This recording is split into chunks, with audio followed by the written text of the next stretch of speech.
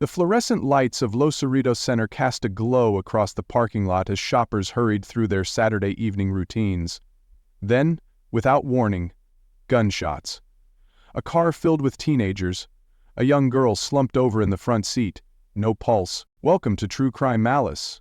If you're new here, hit that subscribe button now, because today's story will shake you to your core. January 18, 2025. What began as a normal shopping trip ended with the death of 17-year-old Nasia Turner, known to her hundreds of thousands of followers simply as Sia, a rising TikTok star whose infectious dance videos and Get Ready With Me content had captured the hearts of viewers across the platform. There was a lady passed out and a full car of boys and one girl all screaming, recalled Jeremy Paguya, who was working his shift at Chipotle when chaos erupted just outside. By the time first responders arrived, Sia was fighting for her life with a gunshot wound to her chest. But how does a teenage social media sensation end up shot in a mall parking lot on an ordinary Saturday night? Who pulled the trigger?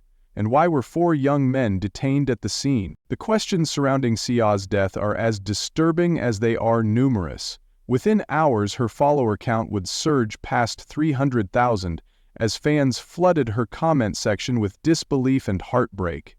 "She was always smiling and dancing on my FYP," wrote one devastated follower.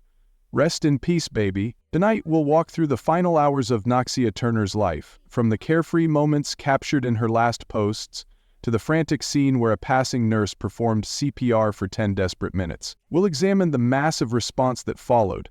2 helicopters circling overhead, 15 police cars with flashing lights, and 20 vehicles trapped in the cordoned-off parking lot until 9 p.m.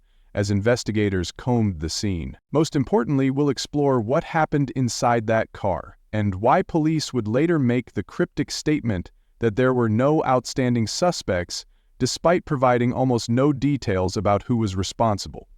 This is the story of a young life cut tragically short, of talent extinguished in an instant, and of a community left searching for answers. What happened in that car that turned an ordinary shopping trip into a headline that would shock the nation? Before she became a headline, Nasia Turner was just a girl with a phone and a dream. Born and raised in Southern California, she grew up in the sun-drenched neighborhoods of San Bernardino County, a world away from the violence that would eventually claim her life. Friends knew her as vibrant and magnetic, the kind of person who could light up a room without trying.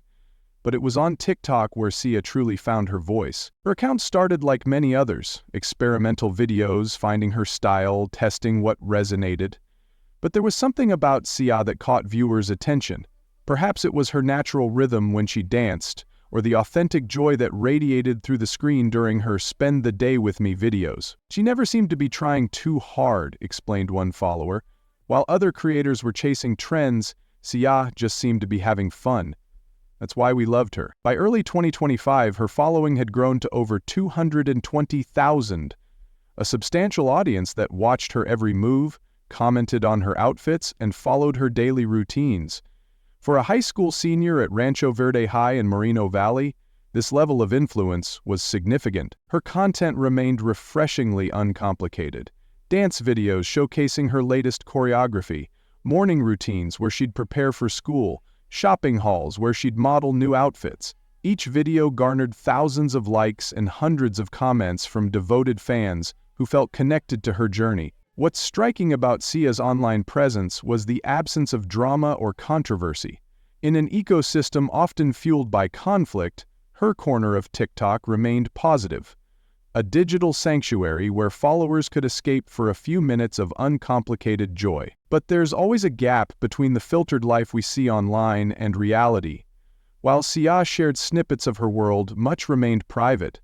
We know little about her family dynamics, her academic aspirations, or her dreams beyond social media fame. Like many teenagers, she likely navigated the complex waters of high school relationships, future plans, and identity, all while maintaining her growing online presence. Did this sudden fame change her? Did it create pressures invisible to her audience? These questions linger as we examine her final days. What we do know is that on January 18th, Sia decided to visit Los Cerritos Center, a popular shopping destination about an hour's drive from her hometown. she wasn't alone. According to witnesses, she arrived with several young men, all approximately her age. Was this a casual outing with friends, a planned content creation day, or something else entirely? The answer might explain why a car full of teenagers ended up in that specific parking lot on that fateful evening. As the winter sun began to set over Los Cerritos Center around 7 p.m., Sia was likely unaware that she had less than an hour left to live.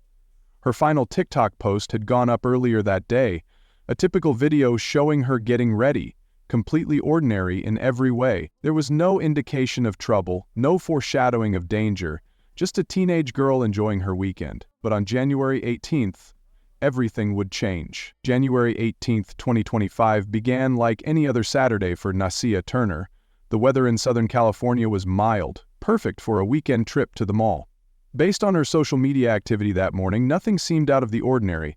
She posted a "Get Ready With Me" video around 11 a.m., showing her outfit selection and makeup routine.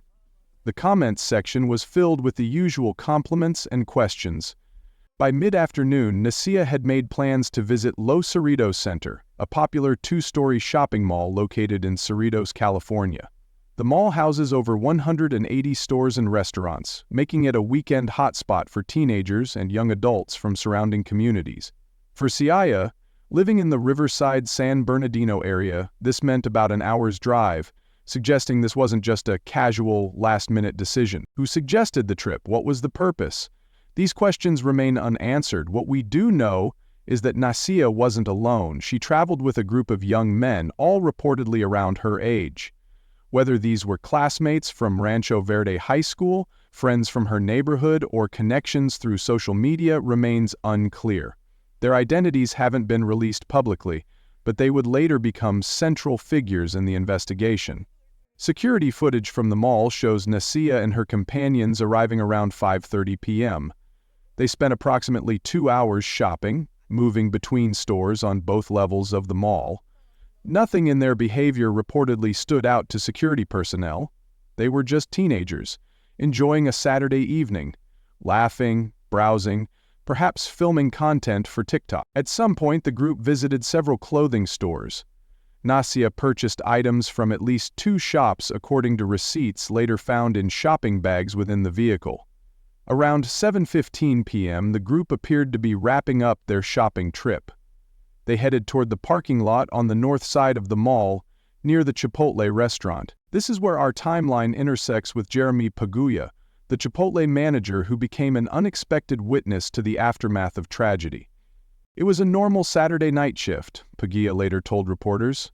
We were busy with the dinner rush. I decided to take my break around 7:25 p.m. Paguya stepped outside for some fresh air. The parking lot was still relatively full, with the typical weekend crowd of shoppers coming and going. He noticed nothing unusual until suddenly there was a commotion. I didn't hear the gunshot, he admitted. The first thing I noticed was people running toward a car. Then I heard screaming. Paguya's training kicked in. He approached the vehicle, a dark sedan parked about 50 feet from the Chipotle entrance. What he saw inside would haunt him for months to come. There was a girl, unconscious in the front seat, no pulse, a full car of boys, and one other girl, all screaming and panicking. The unconscious girl was Nasia Turner. She had a gunshot wound to her chest. The other occupants of the vehicle appeared physically unharmed, but were in various states of shock and distress. A nurse who happened to be shopping at the mall ran over and started performing CPR, Paguya recalled. She worked on her for at least 10 minutes while we waited for paramedics. Those 10 minutes must have felt like an eternity for everyone involved. The nurse fighting to save a young life, the friends watching in horror, and bystanders like Paguya, who had suddenly found themselves in the middle of a tragedy. What exactly happened inside that car? Who had a gun? Was it an accident or intentional? The answers to these questions would prove elusive, even as the massive emergency response began to unfold. Within minutes, the first police cruisers arrived, followed by ambulances. The paramedics took over CPR efforts and rushed Nasia to the nearest hospital. But for the popular TikTok star with hundreds of thousands of followers and her whole life ahead of her, it was already too late. What happened next would leave everyone at the mall in shock. At precisely 7:28 p.m., as recorded by mall security cameras, A single gunshot rang out in the north parking lot of Los Cerritos Center. The sound didn't carry far. Many shoppers inside remained unaware that anything had happened. But for those near the parked sedan containing Nacia Turner and her friends, the moment marked the beginning of chaos. The bullet struck Nacia directly in the chest. According to medical reports later released, the wound was severe, causing immediate and catastrophic blood loss. She slumped forward in the passenger seat, unconscious within seconds. The immediate reaction inside the vehicle remains one of the most contested aspects of this case. According to statements from the other occupants, panic erupted instantly. One friend attempted to apply pressure to the wound while another called 911. The dispatcher received the frantic call at 7:29 p.m. "We need an ambulance. Our friend's been shot. Please hurry." The recording of this call, later played during preliminary hearings, captures the raw terror of the moment. Outside the vehicle, the first witnesses began to notice something was wrong. A couple walking to their car saw the group of teenagers in distress and approached to help. The woman, later identified as Sandra Reyes, was a registered nurse at Long Beach Memorial Hospital. "I heard screaming and saw the car door open with a young man waving his arms," Reyes later testified. "When I got to the vehicle, I saw the victim immediately needed medical attention. I identified myself as a nurse and began emergency procedures." Reyes pulled Nacia from the passenger seat and laid her flat on the pavement. She began CPR at approximately 7:32 p.m., just 4 minutes after the shooting occurred. By this time, a small crowd had gathered, including Chipotle manager Jeremy Paguya. "The nurse was incredibly focused," Paguya recalled. "She kept performing compressions while instructing someone to elevate the victim's legs. She asked if anyone had emergency medical supplies, but nobody did." The first police officers arrived at 7:36 p.m., 8 minutes after the shooting. 2 patrol cars from the Cerritos Sheriff's Station pulled into the parking lot with lights flashing. Deputies immediately secured the scene, separating the 4 young men who had been in the car with Nacia. Paramedics arrived at 7:39 p.m. and took over resuscitation efforts. They worked on Nacia for several minutes in the parking lot before loading her into an ambulance. By 7:48 p.m. she was en route to the hospital, where doctors were standing by in the trauma unit. Meanwhile, the law enforcement response continued to grow. Within an hour, the scene resembled something from an action movie. 2 helicopters circling overhead with searchlights, 15 police vehicles with flashing lights, and dozens of officers establishing a perimeter around the entire north side of the mall. If you're watching this video and have ever witnessed a major police response like this, drop a comment below. Where were you, and what was going through your mind? Your experiences help build our True Crime Malice community. As the investigation intensified, the impact spread throughout the mall. Security guards began directing shoppers away from the north exits. At 8:05 p.m., an announcement came over the mall's PA system. "Attention shoppers! Due to police activity, the north parking area is temporarily closed. Please exit through the south or east entrances only." For Melissa Donovan, who was shopping with her teenage daughter, the announcement was the first indication something was wrong. "We were trying on shoes when we heard the announcement," Donovan said. "At first, we didn't think much of it. Then we saw people looking at their phones and whispering. That's when rumors started spreading that someone had been shot." By 8:30 p.m., police had established a command center in the parking lot. Lieutenant Steve DeJong from the Homicide Bureau arrived to take charge of the investigation. His first action was to order the mall partially locked down. No one could leave from the north side, where approximately 20 vehicles remained. Among those trapped was college student Alex Winters, who had just finished dinner at the food court when the lockdown began. "We were told we couldn't leave yet," Winters recalled. "Some people were getting angry, but most of us just waited. Officers took our names and contact information. They asked if we'd seen or heard anything unusual." The lockdown would continue until 9 p.m. when police began allowing people to leave one by one after brief interviews. At 8:52 p.m., as the investigation in the parking lot continued, devastating news arrived from the hospital. Despite all efforts by medical personnel, Nacia Turner was pronounced dead. The 17-year-old TikTok star with hundreds of thousands of followers had lost her life. The question that would dominate the investigation in the coming days wasn't just who pulled the trigger, but how a gun ended up in that car in the first place, and why it was fired during what should have been an ordinary trip to the mall. As news of Nasia Turner's death reached the command center in the Los Cerritos Center parking lot, the investigation shifted from emergency response to homicide.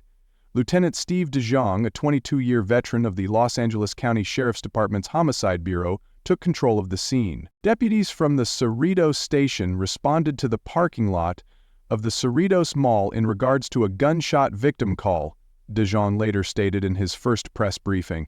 When they got there, they observed a female juvenile 17 years old with a gunshot wound. Instead's statement was notably sparse on details. He confirmed only that the victim was from the San Bernardino County area and that the investigation was ongoing. When pressed by reporters about potential suspects or the circumstances of the shooting, he remained tight-lipped. As far as the context and investigation, I can't elaborate. This investigation is going to go on for a while. What DeJong didn't mention publicly was that 4 young men, all of whom had been in the car with Nasia, were already in custody. Their identities were protected due to their ages, but sources close to the investigation revealed they were between 16 and 18 years old. All 4 were acquaintances of Nasia, with at least 2 attending the same high school. The 4 were separated and questioned individually at the Cerritos Sheriff's Station. Their accounts of what happened inside the vehicle reportedly contained inconsistencies. One claimed the gun discharged accidentally while being passed around. Another suggested it went off during a dispute. A third maintained he didn't see a weapon at all until after the shot was fired. Forensic teams worked through the night, processing the sedan where the shooting occurred. They recovered a 9mm handgun from the floor of the back seat. Preliminary ballistics matched it to the bullet recovered during Nasia's autopsy. Gunshot residue tests were performed on all 4 young men. By 3 a.m. on January 19th, the on-site investigation concluded. The mall parking lot was finally cleared, and the vehicle was towed to a secure facility for further examination. At 7 a.m., the Cerritos Sheriff's Instagram account posted an update. There are no outstanding suspects. The mall has fully resumed normal operations. This cryptic statement, "no outstanding suspects," sparked immediate speculation. Did it mean one of the 4 detained individuals had confessed, or that police believed the shooting was accidental? The department refused to clarify, citing the ongoing investigation and the ages of those involved. What remained unclear was motive. If the shooting wasn't accidental, what could have prompted violence against a popular TikTok creator with no known enemies? Investigators examined Nasia's phone and social media accounts for clues, but found no evidence of threats or conflicts. Meanwhile, as police pieced together the physical evidence, a parallel phenomenon was unfolding online. News of Sia's death spread rapidly across TikTok, Instagram, and Twitter. Her follower count surged from 259,000 to over 338,000 within 72 hours as fans and curious onlookers flocked to her profile. Her final video, the "Get Ready With Me" post from the morning of her death, became a digital memorial. The comments section transformed into a wall of grief. "She was always smiling and dancing on my FYP. Rest in peace, baby. I can't believe you're gone. Your videos made my days better. This doesn't feel real. You had so much ahead of you." Fans who had never met Nasia in person felt a profound sense of loss. Many created tribute videos using her content, set to somber music with captions expressing disbelief and sorrow. The hashtag #JusticeForSia began trending, with users demanding answers about her death. This outpouring of digital grief represented a modern phenomenon, the mourning of a parasocial relationship. Thousands of people who knew Nasia only through carefully curated 60-second videos felt personally affected by her death. They demanded justice without knowing exactly what justice would look like in this case. 1 week after the shooting, the Los Angeles County District Attorney's Office announced they were reviewing evidence to determine whether charges would be filed. They refused to confirm which of the 4 young men might face prosecution or what those charges might be. The gun investigators discovered was unregistered and had its serial number partially filed off, suggesting it was illegally obtained. How it ended up in a car full of teenagers at a shopping mall remained one of the central questions of the case. But as her followers mourned, troubling questions remained. In the days following Nasia Turner's death, her digital footprint expanded dramatically. Her TikTok account, once a showcase for her talents, transformed into a virtual memorial. The follower count climbed past 338,000, a bittersweet milestone she would never witness. Each new follower represented someone discovering her story too late, scrolling through videos of a vibrant teenager whose future had been erased in an instant. Fan tributes materialized, both online and in physical spaces. A makeshift memorial appeared near the spot where she was shot, with flowers, candles, and printed photos of Sia's smiling face arranged in a circle. Visitors, many of whom had never met her, left handwritten notes expressing grief and disbelief. "Your videos helped me through my darkest days," read one note.